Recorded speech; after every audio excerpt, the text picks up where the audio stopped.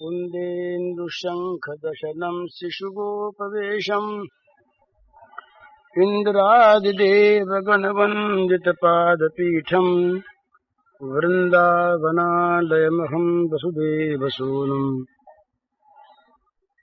नवजलधरवर्णं चम्पकोद्भासिकर्णम् विकसितनलिनास्यं विस्फुरन्मन्दहास्यम् कनकरुचिदुकूलं चारुबर्हावचूलम् कमपि निखिलसारं नौमि गोपीकुमारम्।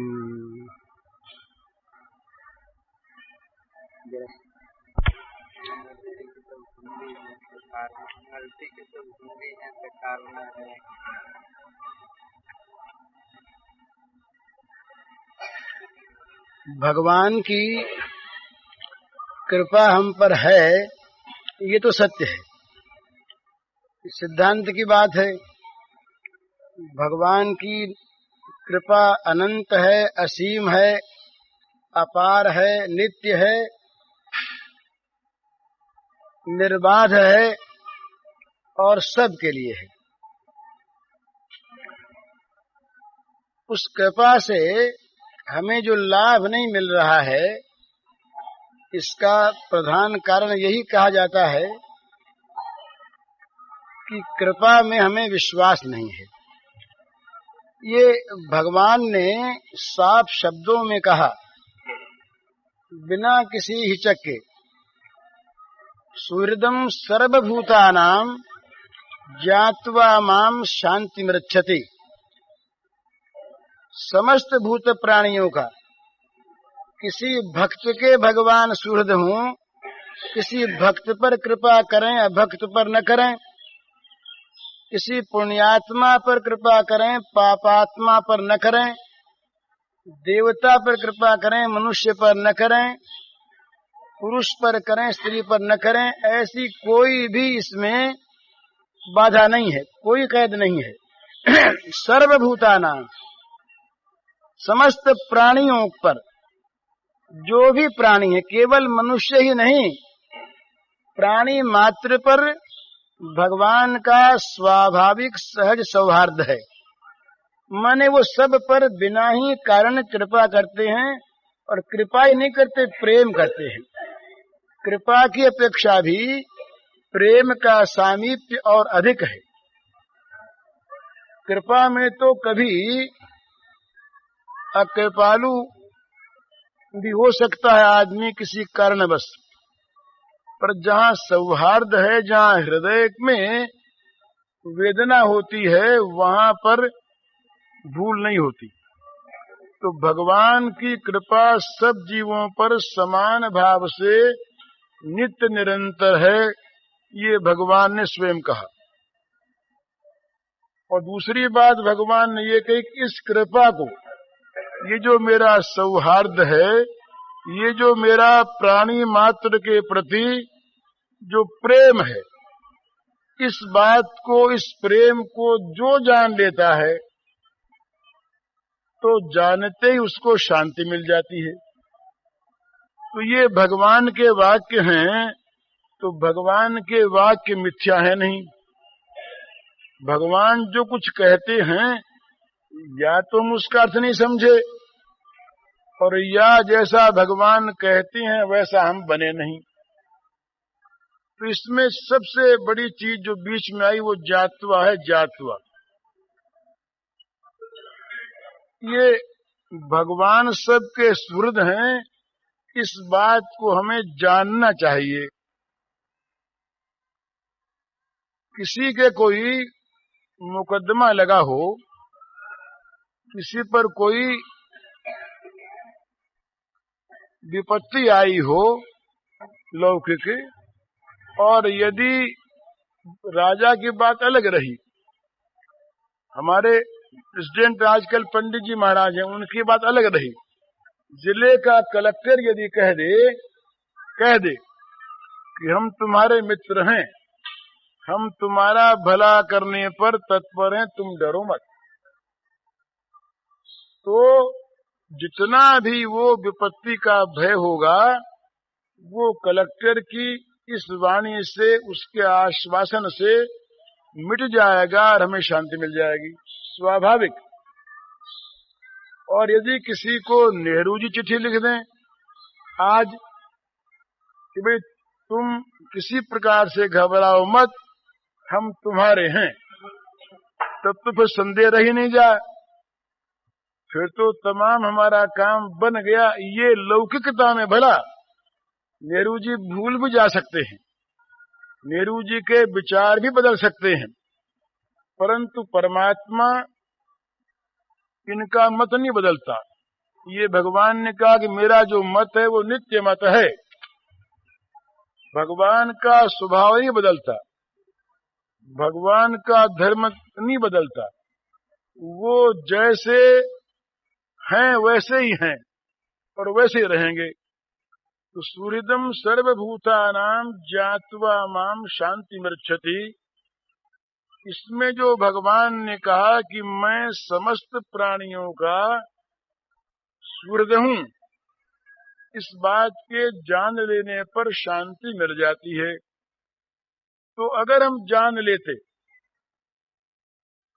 भगवान की हम पर बिना कारण अहेतु की कृपा है, भगवान हम पर अकारण स्नेह करते हैं, ये बात हम जान लेते तो क्या होता, हम उनके चरणों पर लुट पड़ते, स्वाभाविक। भगवान ने ये कहा श्रीमद् भगवद गीता में, जो मुझे पुरुषोत्तम जान लेता है वो सब प्रकार से मुझे ही भजता है। सर्वविद भजति माम सर्वभावेन भारत। तो हम उन्हें पुरुषोत्तम जान लेते, हम उन्हें कृपालु दयालु कृपा सागर जान लेते और समझते कि वो हम पर उनकी बड़ी कृपा है। तो हमें एक बात बहुत ध्यान में रखने की है, किसी भी अपने से बड़े, अपने से महान शक्ति वाले के प्रति अगर हमारा विश्वास हो जाए कि वो हमारा है, उसकी हम पर बड़ी कृपा है, बड़ा उसका स्नेह हम पर है, तो स्वाभाविक चिंता और भय दूर हो जाते हैं। और ये स्वयं भगवान कहते हैं। तो चिंता और भय भगवान को अपने ऊपर कृपा करने वाला मानने पर भी यदि रहते हैं, चिंता और भय रहते हैं, तो स्वाभाविक सिद्ध होता है कि भगवान हम पर कृपा कर रहे हैं, कृपालु हैं। इस बात को हमने जाना नहीं, सुना है, पढ़ा भी है, पर जाना नहीं।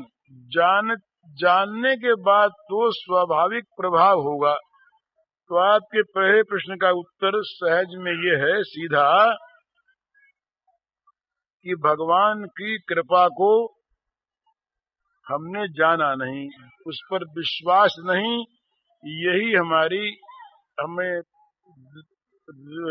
दृष्टि न मिलने में, कृपा का ठीक ठीक लाभ न मिलने में बाधा है, कारण है।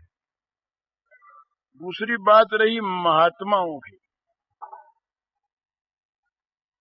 तो यद्यपि महात्मा अकारण कृपालु होते हैं, पर महात्माओं की बात तो मैं इसलिए नहीं कहता यहाँ पर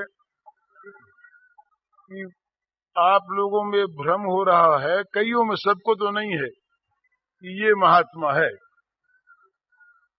और अब मैं कहीं महात्मा की महिमा कहूं तो मैं मेरी महिमा कहूंगा आपसे प्रकारांतर से, चाहे नाम मैं नारद जी का लूं, नाम सुखदेव जी का लूं, समझे।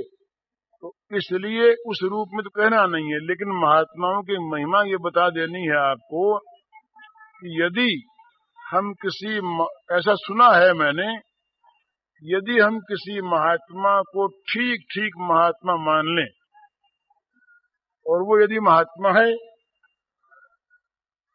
तो हम महात्मा हो जाएंगे। ये या महात्मा से भी महात्मा का जो कुछ फल मिलना वो मिल जाएगा। जैसे ये नियम है कि लोहा अगर पारस को छू जाता है तो सोना बन जाता है।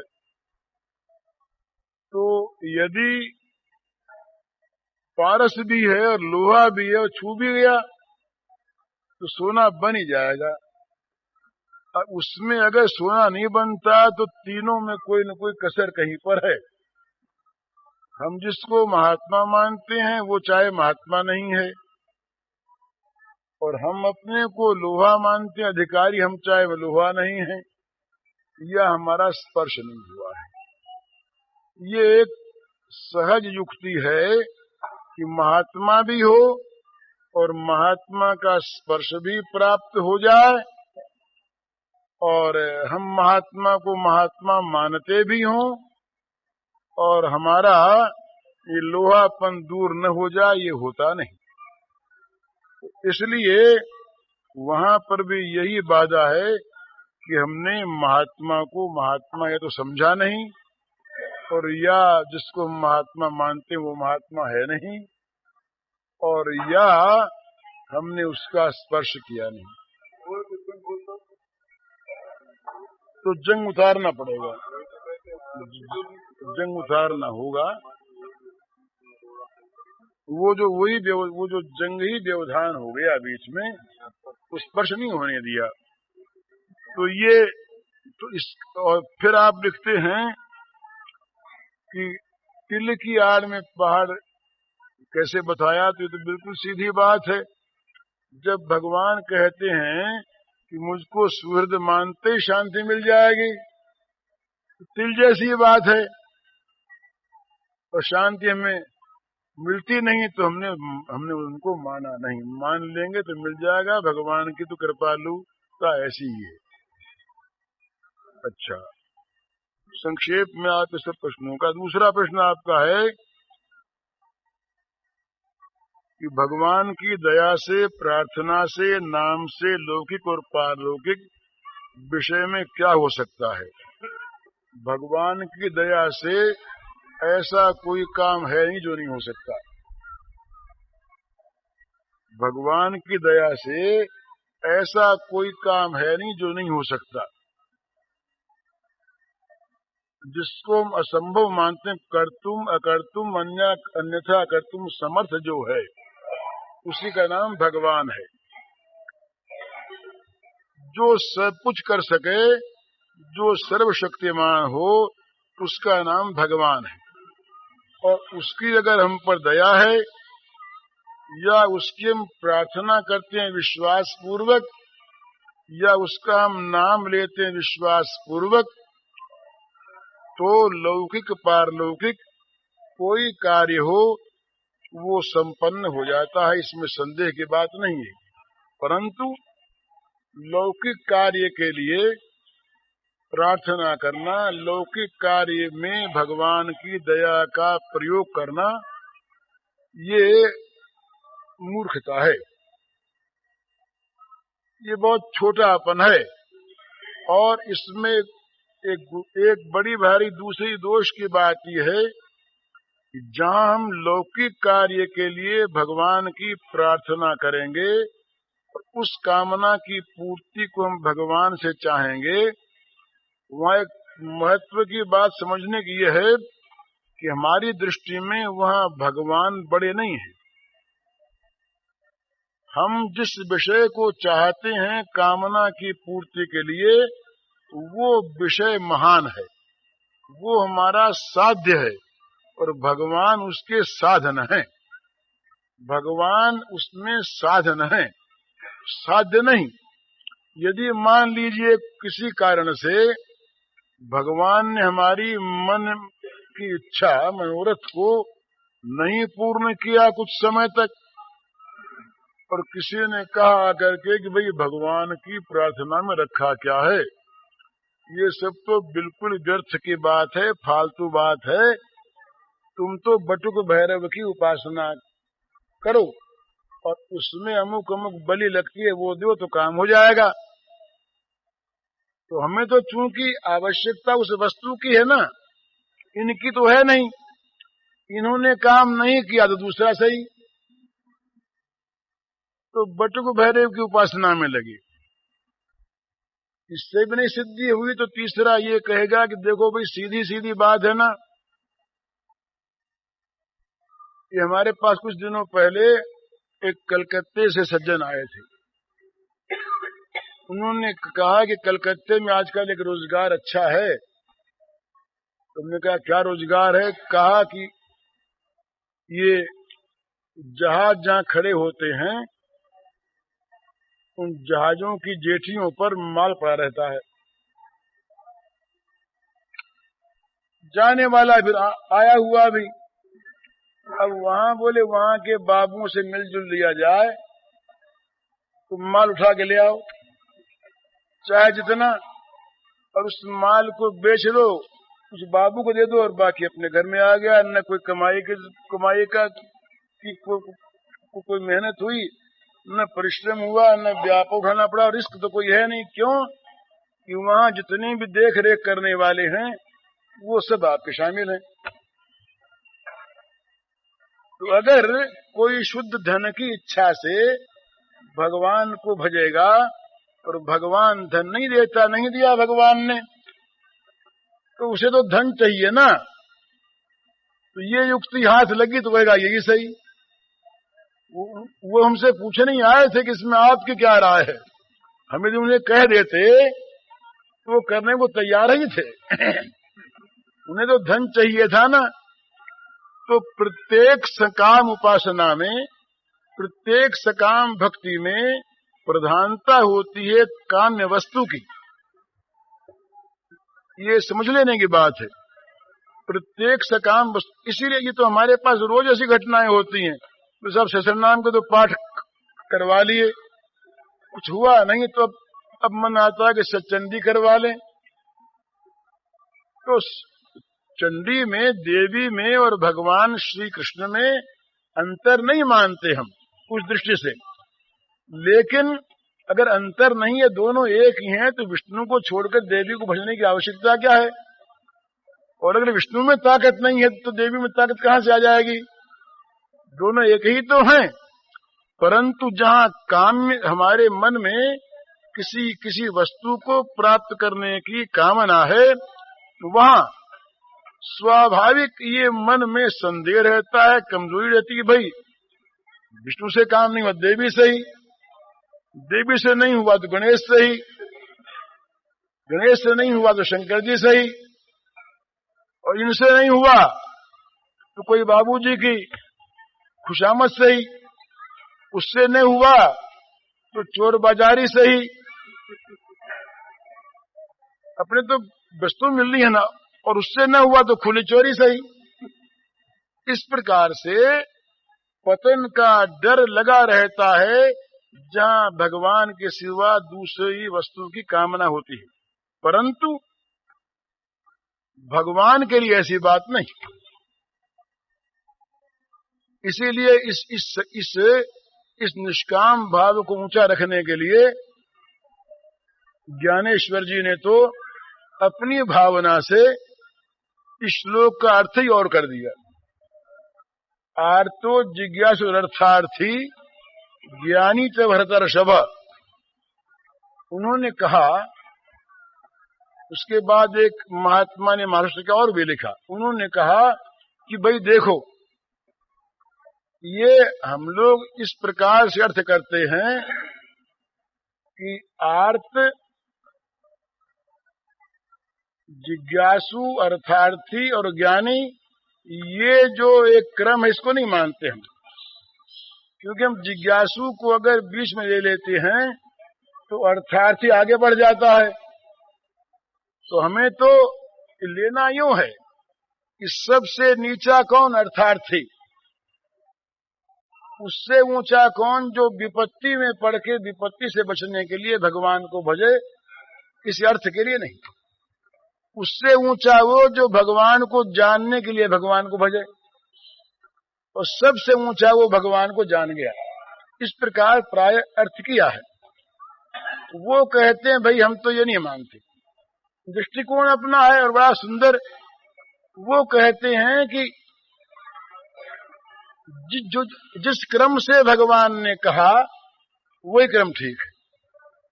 तो पहले भगवान ने कहा आर्त। आर्त का अर्थ क्या? कि जो भगवान से मिलने के लिए आतुर हो, वो आर्त। जो भगवान को जानने के लिए आतुर हो, असली आर्त वही है। जगत की जो आरती है ये आर्तपना है, और इस आर्तपने को लेकर हम जगत की वस्तुओं को मांगते हैं, चाहते हैं। ये तो अगर हम कुमार्ग में गए तो नरक में ले जाएगा। तो ये आरती नहीं है। सच्चा आर्त वो है कि जो भगवान को प्राप्त करने के लिए आतुर हो। आतुर हो तो उसके मन में आता कि भगवान कैसे मिलें, कहाँ मिलें, जाने। तो ये भगवान को जानने की जो मन में तीव्र पिपासा है, इसका नाम है जिज्ञासा। जिसमें ये जिज्ञासा है वो जिज्ञासु है। नवीन अर्थ है ये। जिसमें ये जिज्ञासा है वो जिज्ञासु है। आर्त है भगवान को प्राप्त करने के लिए, आतुर है। अब नहीं मिले तो पूछता है भाई कैसे मिले, कहाँ मिलेंगे। और ये आरती होती है। जब आर्त मनुष्य होता है किसी वस्तु के लिए तो कहाँ मिले खोज करता है। सब करते हैं। तो जानने की इच्छा जब हुई भगवान को तीव्र आर्त होने के कारण से, तब वो जिज्ञासु हो गया। अब रहा अर्थार्थी। तो कहते हैं कि हम जिसको जगत में अर्थ मानते हैं ये तो अनर्थ है। तो भक्त इस अर्थ को क्यों चाहेगा?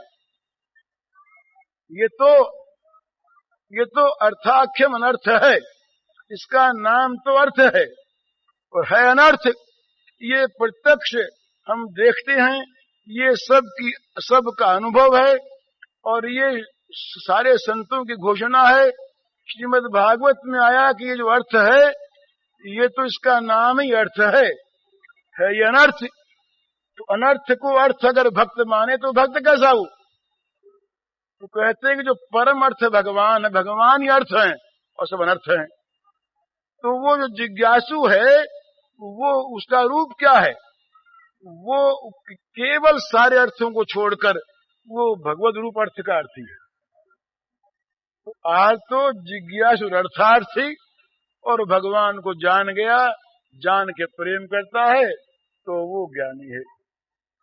इसलिए सकाम भाव का विरोध करने वाले महापुरुषों ने तो इस प्रकार से कहा कि भक्त जो है वो आर्त और अर्थार्थी भक्त को, जो जगत के पदार्थों के लिए आर्त होता है और अर्थार्थी होता है, उसको तुम भक्ति नहीं मानते।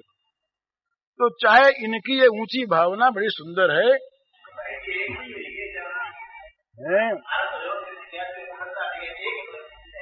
दूसरे भी हो सकते हैं, हाँ,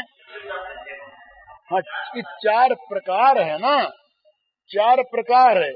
कोई भगवान को परम अर्थ मान के भजता है, कोई भगवान की प्राप्ति के लिए आतुर है इसलिए भजता है, कोई भगवान को जानना चाहता है इसलिए भजता है, कोई जानने से भजता है। प्रकार तो सब लग सकता है, प्रकार में कोई आपत्ति नहीं। हाँ, तो चारों एक में भी हो सकती है, भक्ति चारों में हो सकती है। तो कहने का मतलब ये कि जहाँ तक हमारे मन में किसी दूसरी वस्तु को प्राप्त करने की कामना है, चाहे वो धन हो, स्वास्थ्य हो, शरीर हो, पुत्र हो, पत्नी हो, पति हो, मान हो, कीर्ति हो, यश हो, स्वर्ग हो, परलोक हो, दिव्य धाम हो, कोई हो, जहाँ तक हमें किसी वस्तु को प्राप्त करने की इच्छा है, कामना है, वहाँ तक प्रधानता उस काम्य वस्तु की है, जो उसके लिए साधन है उसकी नहीं। तो इसलिए इसमें डर है। परंतु भगवान के लिए लौकिक पारलौकिक कोई विषय अप्रीतिकर नहीं है। भगवान के लिए कोई विषय बड़ा छोटा नहीं है। वो तो भक्त के हृदय के विश्वास को देखते हैं। विश्वास पूर्वक जिस भक्त ने भगवान की को माना, उसकी प्रत्येक आवश्यकता को भगवान पूर्ण करते हैं, चाहे वो आवश्यकता छोटी झोपड़ी की उसकी हो और चाहे वो आवश्यकता उसकी वैकुंठ की प्राप्ति की हो।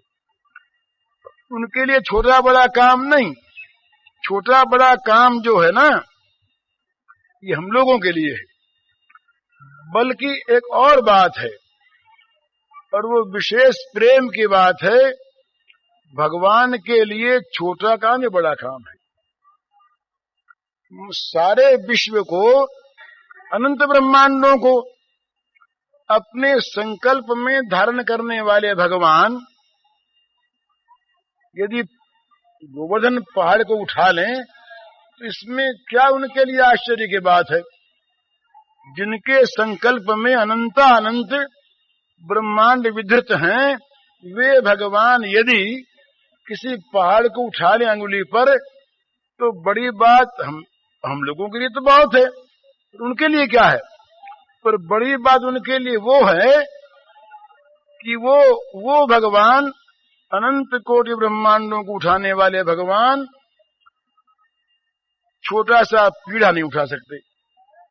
ये महत्व है, ये महत्व है, क्योंकि यहाँ पर भगवान प्रेम परवश होकर के और इस श्रुति का स्वरूप यहाँ पर प्रत्यक्ष कराते हैं। अनुरणीया महतो महियान, महतो महियान तो उनको सब जानते हैं, पर स्वरूपगत अनुरणीयान, अणु छोटे में छोटे बन जाते हैं भगवान, स्वरूप से भी, क्रिया से भी, आचरण से भी। ये भगवान की महत्ता है।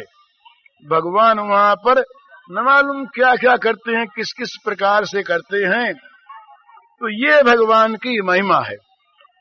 तो भगवान किसी का, भगवान ने, हमारे माधव दास जी एक भक्त रहे, उनका तो शौच धोते थे वो। ये भगवान का करने का काम थोड़ा ही है, पर और उसने चाहा भी नहीं।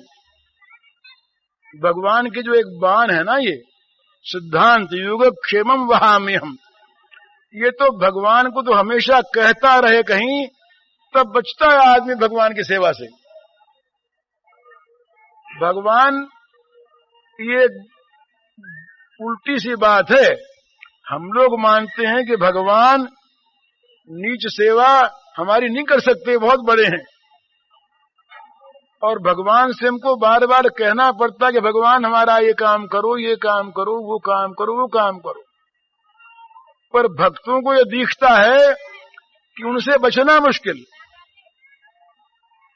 वो आगे से आगे ऐसा काम कर रखते हैं। और सच्ची बात मैं कहता हूं, ये हमें पता नहीं है कि जगत में कौन शक्ति कब क्या काम कर रही है, वो भागवती शक्ति। उसके मैं उदाहरण दूं आपको।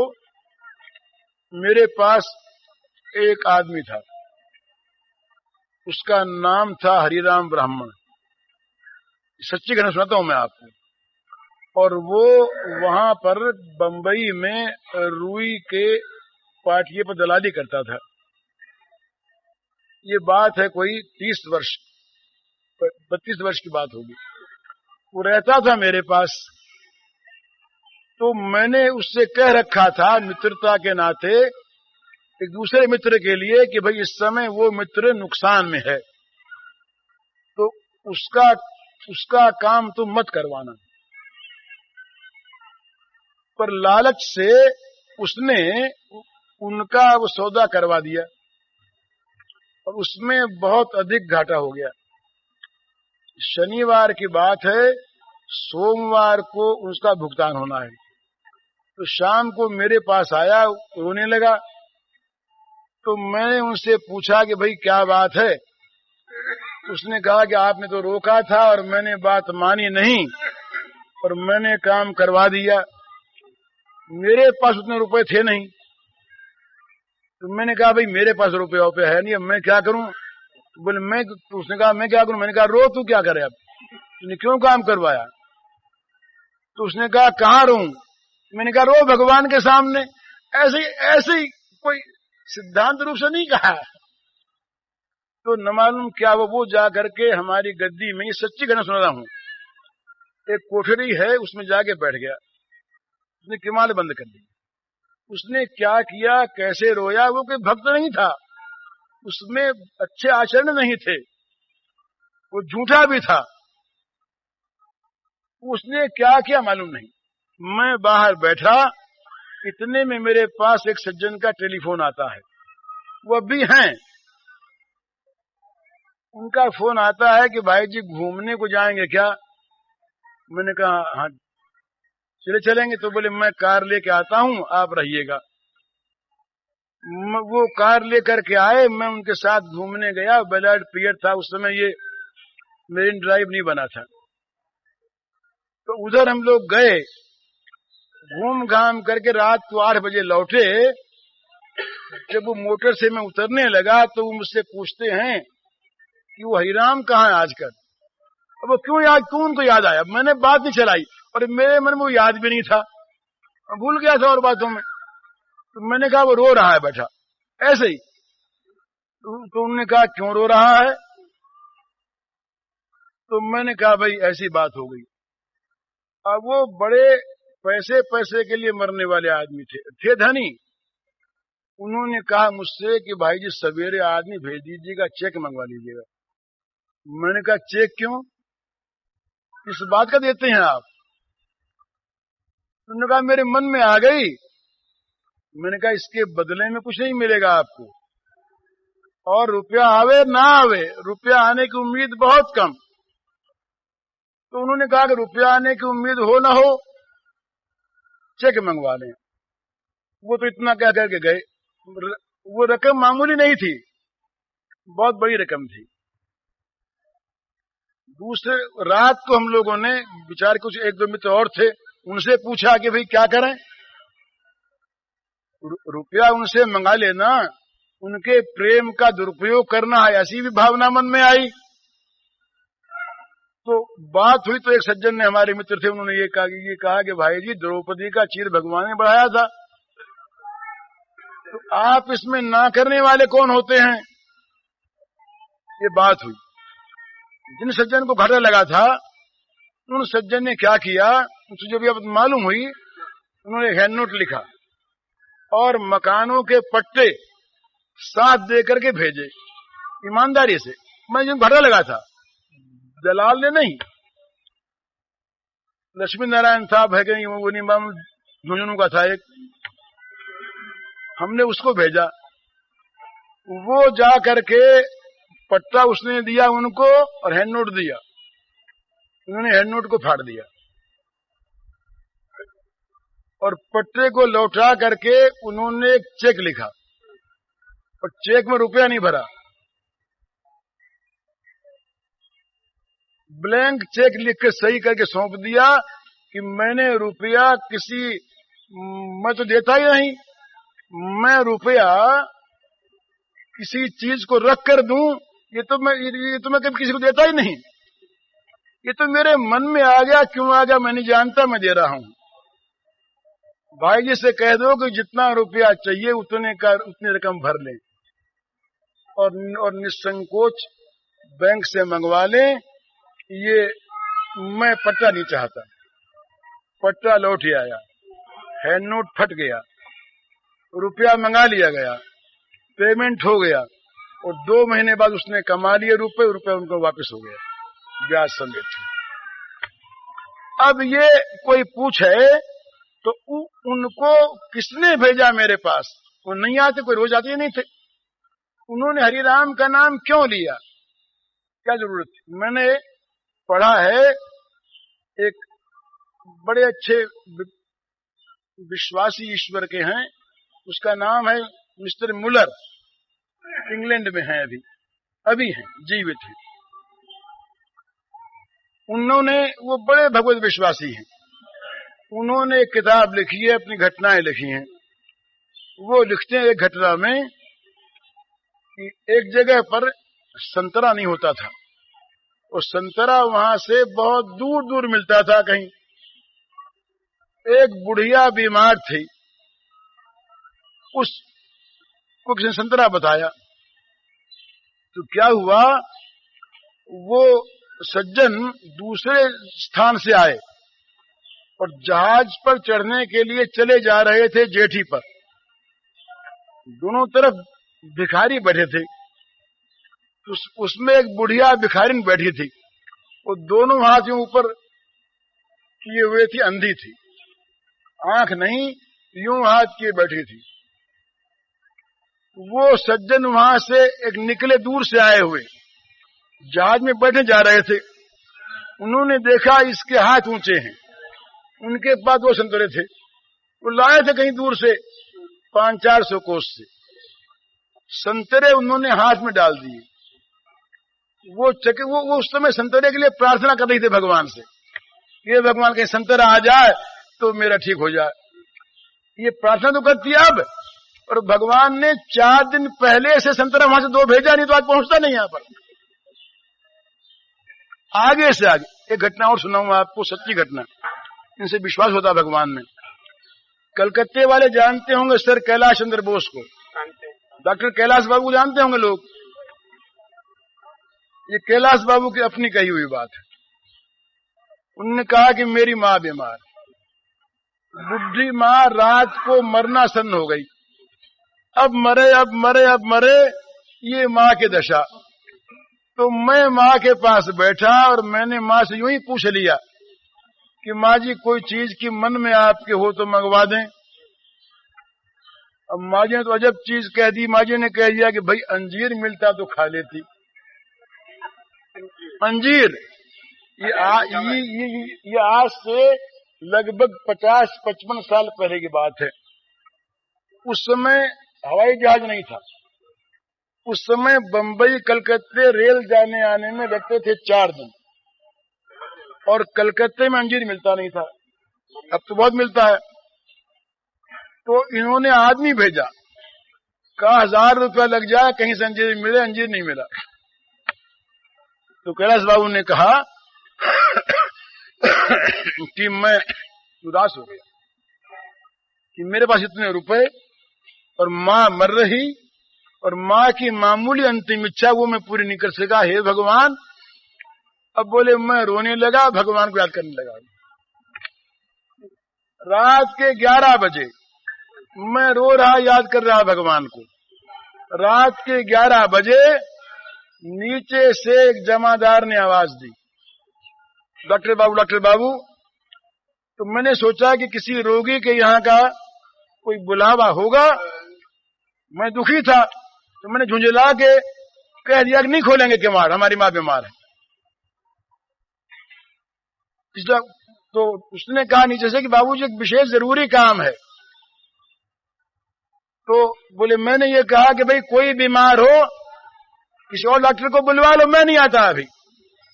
उसने कहा कि बाबूजी बीमार कोई नहीं है, मैं एक चीज लेके आया हूं। तब मैंने किवाड़ खोले तो वहां पर पहले एक फार्म था, त्रिभुवनदास हीराचंद कोई था, उनके पूर्वजों की कोई बात है। अब वो फार्म है कि नहीं मुझे नहीं पता। तो कहा कि बंबई से वो सेठ आए थे, रात को 8 बजे पहुंचे, तो सवेरे वो रंगून जा रहे थे। उनके पास एक अंजीर की टोकरी थी, बंबई से लाए थे 4 दिन पहले। डॉक्टर से बड़ा प्रेम था, तो सोचा कि सवेरे तो हम 6 बजे यहां से चले ही जाएंगे, ये रात को ही भेज दें। तो अंजीर की टोकरी लेकर के वो जमादार आया था। जब उसने मुझे अंजीर की टोकरी दी तो बोले मेरे हृदय में तो मुझे तो भगवान से मिलने से बढ़कर आनंद हो गया। अब मैं नहीं सोचता, नहीं समझता कि ये व्यवस्था कैसे हुई। मां मांगती है 4 दिन के बाद, मैं अंजीर के लिए रोता हूं 4 दिन के बाद, और अंजीर वहां से चलता 4 दिन के पहले। एक बार की बात है कि विश्वास की बात मैं सुनाता हूं आपको।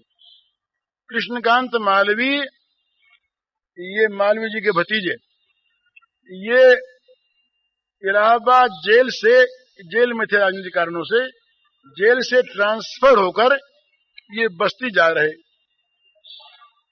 तो मेरा इनके पास तार आया कि हम ट्रांसफर होके बस्ती जा रहे हैं और हमारे लिए खाने का सामान आप रेल पर भेज दीजिए। मेरे पास तार आया, तो क्या हुआ कि तार आया प्रेस में। अब तो हमारे प्रेस से और बगीचे में टेलीफोन है। अब वहां पर सवारी मिलती, उस समय मैं था इस बगीचे में नहीं था, गोरखनाथ से पर दूसरा बगीचा वहां रहता था। वहां न सवारी मिले न टेलीफोन। प्रेस वालों ने क्या भूल की कि तार को पढ़ करके मेरे पास भेज दिया। उनको चाहिए था कि वे व्यवस्था करके भेज देते। अब गाड़ी आने में कुल 15 मिनट की देर, और मेरे पास तार लेके आदमी आया, तो मुझे प्रेस वालों पर बड़ा गुस्सा आया। अपने मन की बात कहता हूं कि ऐसे बेसमझ हैं कि मेरे पास तार भेज दिया। अरे मेरे पास क्या कोई बनाई चीज रखी है, और कोई सवारी नहीं, मेरे पास सामान नहीं बना हुआ, गाड़ी आ रही है। तो इतने में देखता हूं, इतने में मैंने कोई प्रार्थना वार्थना नहीं की, इतने में देखता हूं कि 2 इक्के आए, और 2 इक्कों पर मिठाई, पूड़ी, साग, फल सब भरे हुए, और ये कहा कि बाबू बिंदेश्वरी प्रसाद जी के यहाँ कोई आज प्रसाद था या क्या था, तो उन्होंने भेजा है। वही इक्के और वही सामान जो का तो मैंने आदमी साथ देके भेज दिया स्टेशन। गाड़ी 20 मिनट लेट आई, और कृष्णकांत जी अकेले नहीं थे, वो 16 आदमी थे। 16 आदमियों ने मजे में खा लिया, टाइम पर पहुंच गया। अब ये किसने भिजवाया बताइए? मेरे मन की कल्पना नहीं थी, मेरे मन की कल्पना नहीं थी, मैंने मन में सोचा नहीं था। अगर वो 1 घंटे बाद आता इक्का तो काम नहीं आता, और पहले आ गया होता उसे हम बता देते तो काम नहीं आता। इक्के पर आया, साथ लेकर के आया, और गाड़ी लेट हो गई, सबने खा लिया। ये मेरे कहने का मतलब ये कि हम लोग जो है ना, ये अविश्वासी हैं। हमें जो मिलना है और हमें जो मिलना चाहिए उसकी व्यवस्था हमारे लिए पहले से पहले हुई रखी है। इसीलिए तो सकाम कर्म करने वाले मूर्ख होते हैं। अरे जो मिलना है, जैसे दुख अपने आप आता है वही सुख भी अपने आप आता है, और उसकी व्यवस्था पहले से हुई रखी है। उन्हीं मुलर साहब ने ये बात लिखी, वो ठीक ऐसी ही बात है, इसी तरह की भोजन की। मुलर साहब के अनाथाश्रम में 250 अनाथ, और एक दिन उनके पास अनाज नहीं, रसोई नहीं बनी, तो 10 बजे घंटी बजती थी अनाथों के लिए, आखिरी तो 10 बजे आके सब बैठ जाते थे खाने को। पहली घंटी बजी थी 9:45 में, तो रसोईया आया, उसने कहा कि आज तो कुछ बना बनाया है नहीं, हम क्या करें? तो मुरल ने कहा घंटी बजा दो। रसोइये के मन में आया घंटी बजा दे, खाएंगे क्या? घंटी बजा दी। जब 5 मिनट कम रहे तो दूसरी घंटी बजती थी, तब फिर आया, बोले अब क्या करूं, अब तो 5 मिनट बाकी है। बोले बजाओ घंटी। घंटी बज गई। अब आखिरी घंटी बजनी 10 बजे। 10 बजे वो फिर आया, बोले अब क्या करूं? तो कहा पूछते क्या हो, घंटी बजाओ। उसने सोचा कि कैसी कि साहब का मन दिमाग खराब हो गया है कि ये घंटी बजा दूंगा मैं, और तमाम वो अनाथ विद्यार्थी 250 आके बैठ जाएंगे, उनको मैं परोसूंगा क्या? बस घंटी बजी, उसने झुंझला के बजाई, बोले आज देखना मुराद साहब को, इनको क्या खाने को देंगे। घंटी बजी, अनाथ आके बैठे, और गाड़ियों पर सामान आ गया। उसने ये बताया कि अमुक होटल में पार्टी थी आज, वो पार्टी किसी कारण से नहीं हुई, तो हमारे मालिक ने ये कहा कि भाई 10 बजे से पहले ले जाओ वहां पर, तो काम आ जाए। तो सारा सामान हम लेकर के आए हैं। वो जो का तो सामान परस दिया गया, सबने खा लिया। बताइए ये व्यवस्था किसने की? हमने की, उसने की, मुलर साहब ने की। तो अगर हम भगवान पर विश्वास करें, ऐसी घटनाएं मेरे जीवन में कई घटी हैं, उन्हें कहने की आवश्यकता नहीं है। तो इतना बता दिया ना, इतना बता दिया कि मेरे जीवन में ऐसी घटनाएं घटी हैं, बहुतों घटी हैं, सब आप लोग घटी होंगी, हम लोग देखते नहीं हैं। तो भगवान से प्रार्थना करने की, कामना करने की आवश्यकता नहीं। अगर अब भगवान देखते हैं कि इसको अमुक चीज देने में इसका लाभ है, तो पैसे व्यवस्था करके दे देंगे। अगर भगवान देखेंगे कि न देने में लाभ है, इसका लाभ है, इसके बेइज्जती में इसका लाभ है, तो नहीं देंगे और दूर से हंसते हुए देखते रहेंगे कि इसकी दवा ठीक हो रही है कि नहीं हो रही। वो दवा देते हैं भगवान, कहीं वैसी कहीं वैसी, तो इसलिए भगवान धन भी देते हैं, भगवान आके नौकर का काम भी करते हैं और भगवान धन को हर भी लेते हैं। तो भगवान सब कुछ कर सकते हैं, कृपा पर विश्वास करें। अब तीसरा प्रश्न है, सांप और बाघ के मुंह में भी भगवान की कृपा के दर्शन कैसे करें? यही बात भगवान ने कही है, मृत्यु सर्वहरश्चाहम। ये भगवान ने कहा कि मौत मैं हूं। अरे सांप और बाघ के मुंह में क्या है? मौत ही तो है, वो खा रहे हैं ना। तो ये समझे कि सांप और बाघ मुझे खा के समाप्त कर देंगे इस शरीर को, और मैं भगवान के धाम में जाऊंगा। बड़ी कृपा भगवान की कि मुझे अपने धाम में बुला रहे हैं। ये भावना अगर कर ले तो कृपा समझी कि नहीं समझी? अरे सांप और बाघ का मुंह तो मौत ही है ना। देख दुख का वेश धरे, मैं नहीं डरूंगा तुमसे नाथ। जहां दुख वहां देख तुम्हें मैं पकड़ूंगा जोरों के साथ। नाथ छिपा लो तुम मुंह अपना, चाहे अति अंधियारे में। मैं लूंगा पहचान तुम्हें एक कोने में जग सारे में। रोग शोक धन हानि दुख अपमान घोर यति दारुण क्लेश, सब में तुम सब ही है तुम में, अथवा सब तुमरे ही वेश। तुमरे बिना नहीं कुछ भी जब, तब फिर मैं किस लिए डरूं। मरण साज सज यदि आवो तो चरण पकड़ सानंद मरूं। मरण साज सज यदि आवो तो चरण पकड़ सानंद मरूं।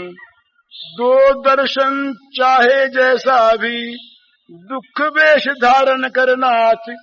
जहां दुख वहां देख तुम्हें मैं पकड़ूंगा जोरों के साथ। हे प्रभु, आप बाघ के मुंह में बाघ का मुंह बन करके आए हैं, आप सांप का जहर बन करके आए। ये प्रहलाद ने कही, जब सांपों ने डसा तब प्रहलाद ने कहा ये इन सांप में हमारे भगवान हैं,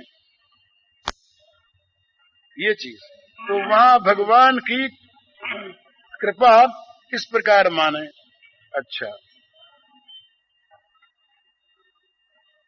भगवान के लिए प्राण छटपटाने क्यों कर लगे? उनकी एकांत लालसा कैसे हुई? ये बड़ा सुंदर प्रश्न है। सबके जीवन में यही बात आनी चाहिए। ये बात अगर आपके मन में ठीक प्रकट हो गई है तो आप बड़े भाग्यवान हैं। भगवान के लिए प्राणों में छटपटाहट कैसे पैदा हो और भगवान के लिए एकांत लालसा कैसे हो, ये प्रश्न ही भगवत कृपा के सूचक हैं। अगर सच्ची बात है तो हमारे तो मनों में ये प्रश्न आता नहीं।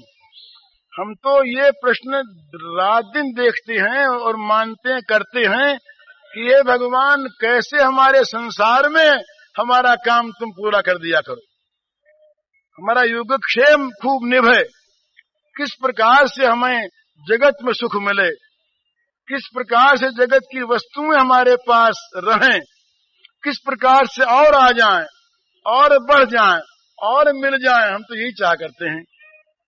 ये प्रश्न अगर उत्पन्न किसी के मन में हो जाए और वो अगर इस बात में संलग्न हो जाए कि मेरे प्राण हे भगवान कब छटपटाएंगे आपको मिलने के लिए, ये साधन है, तो भगवान क्या करेंगे, भगवान देखेंगे, थोड़ा सा देखेंगे कि भाई ये जो लिखता है कहता है ये छटपटाहट ठीक चाहता है क्या, मन में ये बीमारी चाहता है क्या, ये बीमारी है। भगवान के अमिलन का जो ताप है, भगवान के न मिलने की जो वेदना है, ये वेदना सबसे बड़ी वेदना है। और ये वेदना जिसके हृदय में जागृत हो जाती है वो महान भाग्यवान है। ये हमारे बल्लभ संप्रदाय के महात्मा लोग तो कहते हैं कि भगवान से मिलने के लिए ताप की आवश्यकता है। जब तक हृदय में ताप नहीं होगा, भगवान के न मिलने की दुख की आग जल न उठेगी, और वो आग भगवान के मिलन की आग जब हृदय की सारी कामनाओं को, वासनाओं को, बाहरी सारी ममताओं को फूंक न डालेगी, तब तक भगवान नहीं मिलते। सच्ची बात है। सारी कामना वासना, सारा ममत्व, ये भगवान को मिलने की कामना अगर खा जाए, आग लग जाए, और ये आग अगर सबको स्वाहा कर दे। उस दिन मैंने कहा था कड़ी चीज तो है, भगवान का प्रेम उन्हीं को प्राप्त होता है कि जो सब कुछ जलाकर उसकी खाक को अंग में रमाकर उस खाक पर नाशा करते हैं, उनको भगवान का प्रेम मिलता है। जलाना नहीं पड़ता कुछ भी, जो अपनापन जो इस पर है उसको जला देना पड़ता है। ये मेरा, ये मेरा, ये मेरा, इस मेरे में आग लग जाती है, फिर मेरा न कोई रहे और न मेरा बनाने की चाह रहे। हम लोगों की तो ये बात है, हम लोग सारे जगत को खा करके भी फिर भी चाहते हैं और मिल जाए, और मिल जाए। महाशनो महापापमा दिन वैरिणम, भगवान ने कहा ये जो कामना है ये महाशन है, इसको खाते खाते इसका कभी पेट भरता ही नहीं। इसलिए ये चाह आपकी बड़ी उत्तम है, और ये चाह अगर है तो भगवान इस चाह को पूरी करने के लिए बाध्य है। पर चाह भगवान देखेंगे और परखेंगे, चाह होगी तो पूरी कर देंगे। और बीच में अगर कहीं धन की चाह हो गई, बीच में अगर कहीं विपत्ति से छूटने की चाह हो गई, बीच में अगर उसके लिए कहीं चिट्ठी उठी डालने की, लॉटरी फेंकने की चाह हो गई, जैसा लिखा था आपने हमको, तब तो भैया फिर भगवान नहीं मिलेंगे। भगवान अकिंचन वित्त हैं, अकिंचन नमो अकिंचन वित्ताय, जो अपने पास कुछ नहीं रखता उसके भगवान हो जाते हैं। और भगवान आश्चर्य कर्मणे हैं, भगवान के नाम आश्चर्य कर्मणे, जो काम कोई नहीं कर सकता, जिसको देख के मालूम होता है कि जादू हो गया, तिलस्म हो गया, क्या हो गया, ऐसा काम भगवान कर देते हैं जादू की तरह से। परंतु भगवान करते हैं कब, जब एकमात्र भगवान पर ही मनुष्य निर्भर करता है, उनके लिए छटपटाता है, तब उसका भार वो ले लेते हैं। ये इसका उत्तर है।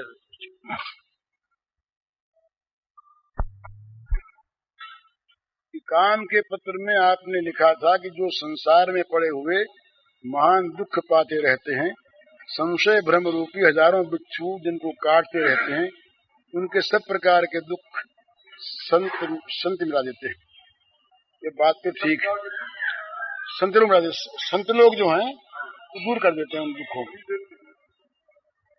तो इसमें यही बात है जो हमने कही थी पहले, आपको संत मिल जाएं और मिलने पर अगर संत पर विश्वास हो जाए और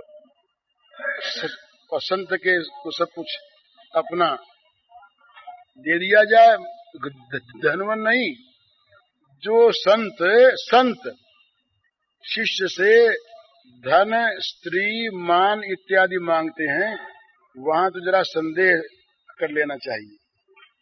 यद्यपि संत की सेवा में अगर हमारा धन लग जाए तो हमारे धन की सार्थकता है, परंतु मांगने वाले जो संत हैं, अभी आज दोपहर कोई एक दो भाई आए थे मेरे पास, कोई विद्यार्थी थे, उन्होंने ये बताया कि भाई एक कहीं संत आए और उन संत ने सबको बैठा लिया, सबको जल देते गए और कहते तुम हमारे चेले, तुम चेले तो तुम्हारा पाप हमने लिया, तुम चेले तुम्हारा पाप हमने, तुम चेले हमारा तुम्हारा पाप हमने लिया। और फिर उनसे सब कुछ मांगने लगे वो, और गांव वाले सब तो बोले उनकी कोपनी धो धो करके लोग पीने लगे। ये जो अनाचार है ना, इसे तो सावधान रहें। पर संत यदि कोई हैं और संत अगर मिल गए और संत से यदि आपका संपर्क हो गया और विश्वास हो गया तो आपके सारी अशांति के जो कारण हैं वो दूर हो जाएंगे। धन चाहे न मिले, पर धन मिलने की जो आपके मन में जलन है वो दूर हो जाएगी, बात शांति से। अब ये लिखा आपने, अंतिम बात उसका उत्तर मैं देता हूं साफ तौर पर। आपने लिखा कि मैं आपको संत मान करके आपकी शरण में आऊं, ये सर्वथा झूठ है। इस वहम को आप निकाल दीजिए। मैं सौगन खा के कहता हूं मैं संत नहीं हूं। मेरे में इतने दुर्गुण हैं, इतने दोष हैं जो शायद आप लोगों में नहीं होंगे। ये तो भगवान की कृपा है कि वो मुझे निभा रहे हैं। मुझे संत मानने वालों को मैं सावधान कर देता हूं कि मुझे अगर वो संत मानेंगे तो भूल में रहेंगे, भ्रम में रहेंगे।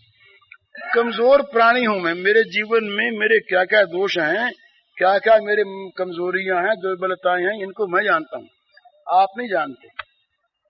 मैं अपनी दुर्बलताओं को देखकर, कमजोरियों को देखकर इस साफ तौर से घोषणा कर देना चाहता हूं कि मुझे संत मानने वाले सर्वथा सर्वथा भूल में, और उनको नहीं मानना चाहिए बिल्कुल। संत कोई होंगे, संत जो होते हैं उनको मानना चाहिए और भगवान को मानना चाहिए। मैं किसी का कोई संत पने के नाते भला नहीं कर सकता, संत बना मेरे में है ही नहीं। सलाह दूंगा, मित्रता के नाते बता दूंगा, पर बिल्कुल बिल्कुल हरगिज संत नहीं, महापुरुष नहीं, महात्मा नहीं, कुछ नहीं, साधारण प्राणी, कमजोरियों से भरा हुआ। आपको महाराज क्या पता है मेरे मन में क्या क्या दोष आते हैं, क्या क्या दोष थे मेरे मन में, आप कोई नहीं जानते। मैं सत्य कहता हूं, इसलिए संत मुझको तो कोई मानता हो। आपने ये लिखा नहीं तो मैं नहीं कहता इतनी बात। ये कहना भी अपना विज्ञापन करना है, और इस कहने में भी शायद वासना मन में हो कि ये कितना अच्छा आदमी है जो अपने को संत नहीं मानने कहता, इसको संत मानना चाहिए। ये वासना मन में रह सकती है। अपनी बड़ाई का विरोध करने में भी बड़ाई की इच्छा रह सकती है, वो तो अंतर्यामी जानते हैं मेरे मन में क्या है, बड़ाई की इच्छा है या नहीं, पर रह सकती है, अंतर्यामी जानते हैं, हो सकती है। तो इसलिए ये बात आपने लिखी इसलिए कह दी, लेकिन ये सत्य बात है कि अगर संत है कोई, और अगर संत का कोई ठीक विश्वासी है, और अगर संत को संत ठीक मानता है, और अगर उसके संपर्क में आ गया है, तो उसके दुखों का नाश अवश्य होना चाहिए। ये शास्त्र के वचन है। ये स्कंद पुराण में आया, एक कथा आई कि संत किसी के पास खड़े हुए थे और उनके सामने वो मर गया।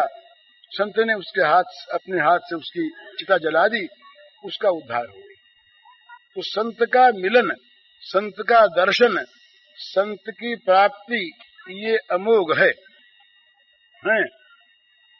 अमोघ है। दुर्लभो गम्यो मोघश्च, नारद जी का सूत्र है कि संत का प्राप्त होना दुर्लभ, बिनु हरि कृपा मिलहि नहीं संता। संत का प्राप्त होना भगवान की कृपा से होता है। यो संत गई गरी नहीं फिरते, और फिरते हैं तो अगम्य हमें पहचानते नहीं है। संत का मिलना मुश्किल, और मिलने पर संत को पहचान लेना बड़ा मुश्किल। हम अपने कांटे पर संत को जब तोड़ने जाएंगे तो संत नहीं तोड़ेगा, लेकिन संत का अगर मिलन हो गया वास्तव में तो वो अमोघ है। ये नारद जी के वचन है, मेरे वचन नहीं। दुर्लभो गम्यो अमोघश्च, संत की प्राप्ति दुर्लभ है और संत की प्राप्ति अगम्य है, पहचान में नहीं आती, और संत की प्राप्ति अमोघ है, कभी व्यर्थ नहीं जाती। अब इसका कुछ भी अर्थ लगावे, कोई ये माने कि भगवत प्राप्ति के दिन सब कुछ व्यर्थ ही है, वो तो अर्थ लगावेगा कि भगवत प्राप्ति हो जाएगी। और जो कुछ भी प्राप्त होने कोई मान्यता के भी व्यर्थ होने की कुछ तो मिल गया, वैसा अर्थ लगावे, उसके लिए ये अर्थ हो सकता है कि भाई संत के मिलने से कुछ इंतकरण की शुद्धि हो जाएगी, कुछ मिल जाएगा, कुछ भाव अच्छा हो जाएगा। ये अपने अपने भाव से अर्थ लगाने, वो अर्थ भी लगावे तभी हज नहीं है। तो संत मिलन का फल तो ये अमोघ, इसमें कोई संदेह नहीं। ये आपके 5 प्रश्नों का उत्तर है। गीता के आधार पर तो ये कौन कहता है कि आप झूठ कहते हैं? गीता में भगवान ने कहा है, चलो 18 क्या है, जो मेरी गीता का प्रचार करता है वो मेरे को बड़ा भारी प्यारा है। बड़ी अच्छी बात है। 1.25 लाख घरों के अंदर कल्याण जाना, लाखों। ये मेरे मन की तो मैं जानता हूँ ना, आपको क्या पता। मैं गीता का प्रचार करता हूँ या अपना प्रचार करता हूँ, ये कौन जानते हैं आप? गीता का प्रचार करता हूँ।